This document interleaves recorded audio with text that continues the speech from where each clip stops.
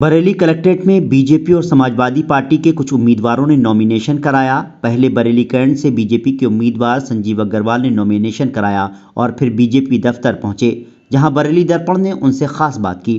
जिसके बाद कलेक्ट्रेट पर नवाबगंज से समाजवादी पार्टी के उम्मीदवार भगवत शरण गंगवार पहुंचे और उन्होंने नॉमिनेशन कराया और फिर मीडिया के सामने अपने विचार रखे। शिक्षा की बात हो, स्वास्थ्य की बात हो, इनकी बात है तो हम लोग ये काम करने वाले लोग हैं।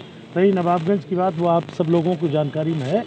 क्यों, तो ये आप अपनी तरफ से लिख दीजिए क्या हालात है नवाबगंज। किससे प्रतिनिधि अपना मान रहे हैं, किसको मान? अरे कोई है ही नहीं भाई, बस। समाजवादी पार्टी ने बरेली सिटी विधानसभा से राजेश अग्रवाल को अपना उम्मीदवार बनाया है, जिन्होंने महानगर अध्यक्ष शमीम सुल्तानी के साथ कलेक्ट्रेट पहुंचकर नॉमिनेशन कराया और फिर मीडिया से बात की।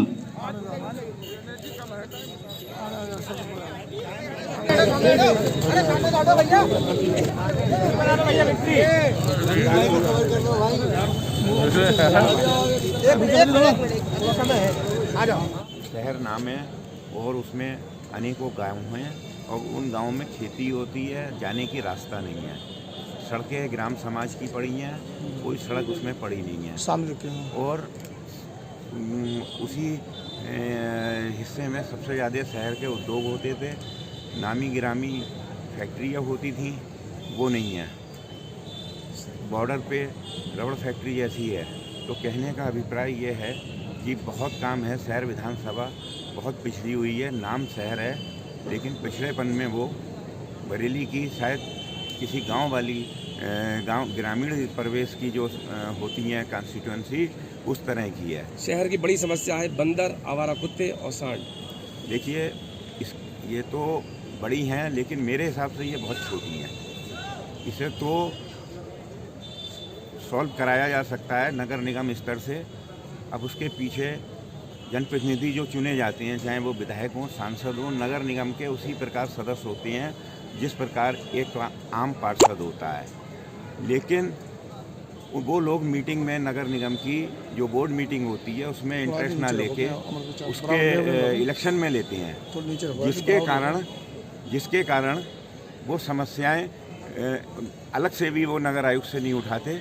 ये सब समस्याएं तो बरेली स्तर की हैं। इसके लिए आपको सिर्फ नगर आयुक्त से कहना है और नगर आयुक्त से समय लेना है। भाई, कब तक आप इस काम को करोगे? महिलाओं के लिए कोई डिग्री कॉलेज नहीं है शहर में। हाँ, कोएड भी नहीं है और डिग्री कॉलेज भी नहीं है। दोनों बनेंगे। दोनों की कार्रवाई के लिए यदि हमें मौका मिला तो हम हर संभव प्रयास करके अपने कार्यकाल में बनाएंगे। और अस्पताल भी नहीं है, आपको बता दें, एक जिला अस्पताल है बहुत पुराना, जिसके लिए आप सोचो परसाखेड़ा से व्यक्ति आता है, हवाई अड्डे से आता है, यानी कहाँ से आता है। वो एक अस्पताल की भी वहाँ पे सख्त जरूरत है। ना तो शहर में ट्रॉमा सेंटर है, ना आईसीयू है। जी, ये सब चीज़ों के लिए कार्य किया जाएगा। बहुत कुछ है युवाओं के लिए, नौकरी के लिए आईटी हब बनवाने का प्रयास किया जाएगा। और मैं आज आपके माध्यम से बताता हूँ कि बरेली उत्तराखंड के बॉर्डर पे है, तो ऐसे जो भी ज़िले हैं जो दूसरे प्रदेश के बॉर्डर पे हैं, उनके लिए एक सिटकुल की स्थापना होनी चाहिए ताकि वहाँ पे उद्योग पनपे। वहाँ पे डीजल पेट्रोल बॉर्डर वालों पे सस्ता होना चाहिए ताकि लोग उत्तराखंड में ना जाएं या दूसरे प्रदेशों में ना जाएं। तो बहुत से विजन है मेरे।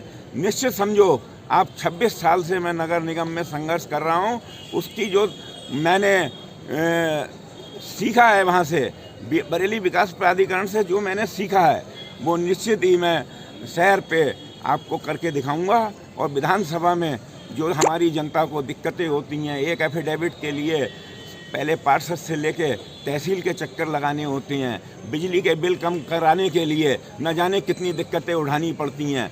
हर चीज़ आज आप आरटीओ ऑफिस ऑनलाइन हो गया है, लेकिन मैं जाता हूं क्योंकि मुझे दिक्कत महसूस हुई तो मैंने देखा ऑनलाइन नाम है, 3 जगह जाना पड़ता है।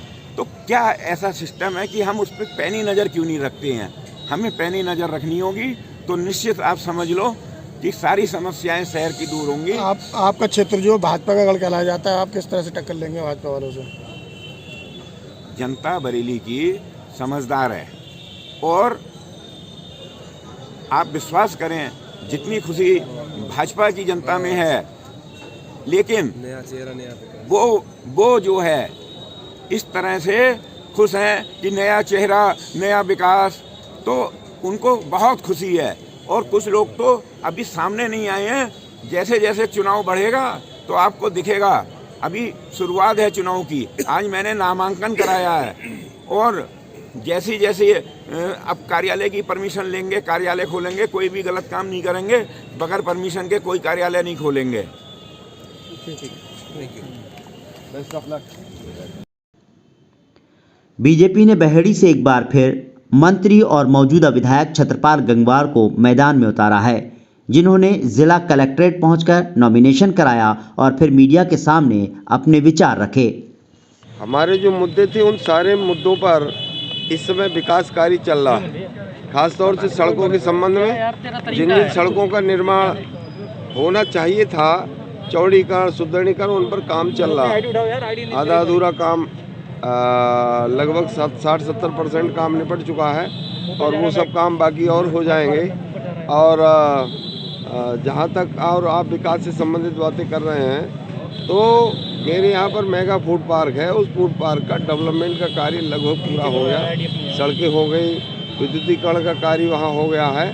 प्लाट का अलॉटमेंट शेष है, प्लाट अलॉटमेंट हो जाएगा, वहाँ कारखाने लगेंगे और बड़ी मात्रा में जो हमारे क्षेत्र से बहुत सारे नौजवान युवा लेबर के कार्य के हिसाब से रुद्रपुर के सिडकुल में, सितारगंज के सिडकुल में जाते हैं, उन लोगों को बहुत जल्दी यहाँ पर ही रोजगार मिलेगा।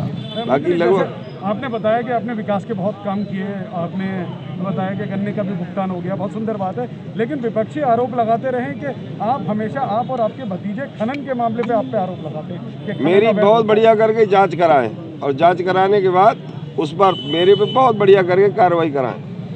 अगर है आपके पास कोई है अधिकृत जानकारी है, कोई बातें हैं, विपक्षी तो विपक्ष का आरोप लगाने के लिए क्या है? विपक्ष का तो और कुछ बचा नहीं बोलने के लिए। मंत्री जी किससे फाइट मानते हैं? करेंगे बहेड़ी में किससे फाइट मानते हैं? मेरी किसी से टक्कर नहीं है और बिल्कुल एक तरफा चुनाव है बहेड़ी का। आरोप लगाने के लिए तो कोई बात नहीं, दुनिया है ये। धन्यवाद।